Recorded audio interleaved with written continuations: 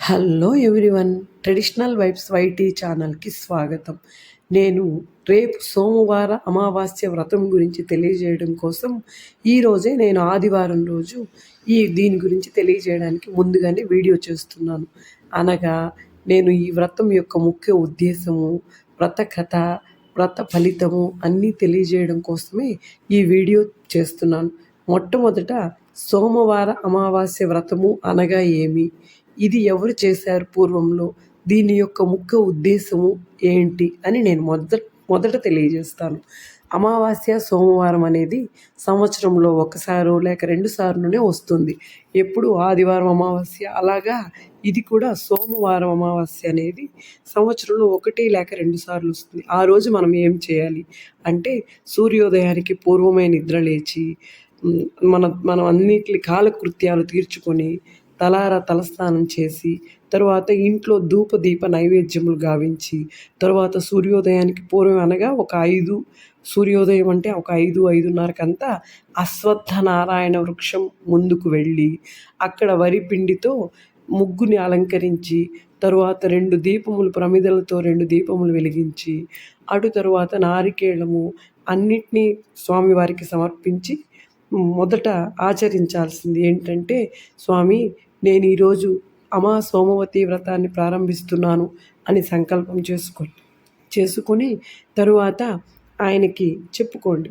దీన్ని చేసేదాని వల్ల మనకి ఫలితం ఏంటంటే 108 ప్రదక్షిణలు గావించాలి. ఒకటి పసుపు కొమ్ములు తీసుకువెళ్ళి లెక్క పెట్టుకుంటూ ప్రదక్షిణ చేయటం, లేకపోతే పువ్వులతో లెక్క పెట్టుకుంటూ 108 పుష్పములు ఏదో ఒక రకమైన పువ్వులతో పెట్టుకొని మనం 108 ప్రదక్షిణలు గావించాలి.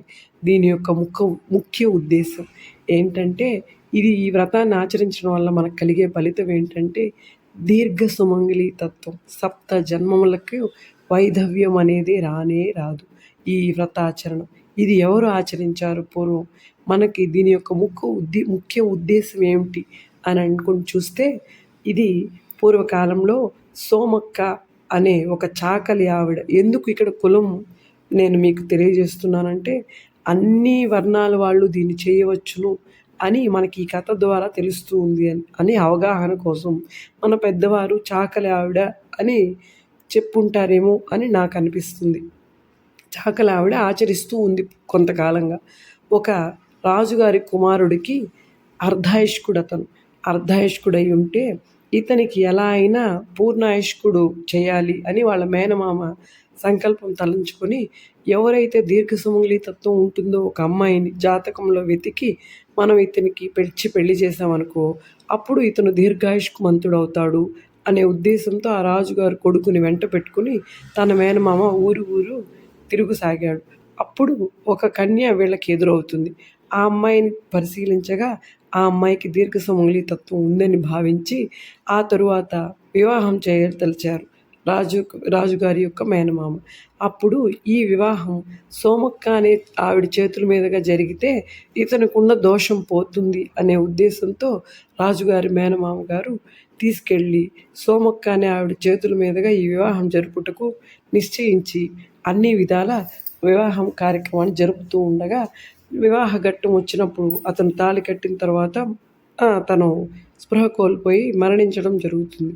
అప్పుడు సోమక్క, నేను ఇన్ని సంవత్సరాలుగా ఈ అమావాస్య సోమవార వ్రతం చేసింది నిజమే అయితే ఇతను మళ్ళీ బతకాలి అని తన చేతుల్లో నీళ్లు తీసుకొని అప్పుడు తన మీద చల్లితే తన తపశ్శక్తిని ధారపోసినప్పుడు నిజంగానే ఆ మహానుభావుడు నారాయణుడు తనకి మళ్ళీ స్పృహ వచ్చేటట్టు చేసి, వాళ్ళు చిరకాలం చిలక గోరింకల్లాగా ఈ వ్రతాన్ని ఆచరిస్తూ సుఖంగా వాళ్ళ జీవితాన్ని కొనసాగింపజేశారు.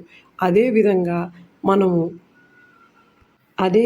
మనము ఈ ప్రదక్షిణలు గావించుతున్నప్పుడు చెప్పుకోవాల్సిన మంత్రం, మూలతో బ్రహ్మరూపాయ, మధ్యతో విష్ణురూపాయ, అగ్రతో శివరూపాయ, వృక్షరాజాయతే నమో నమః.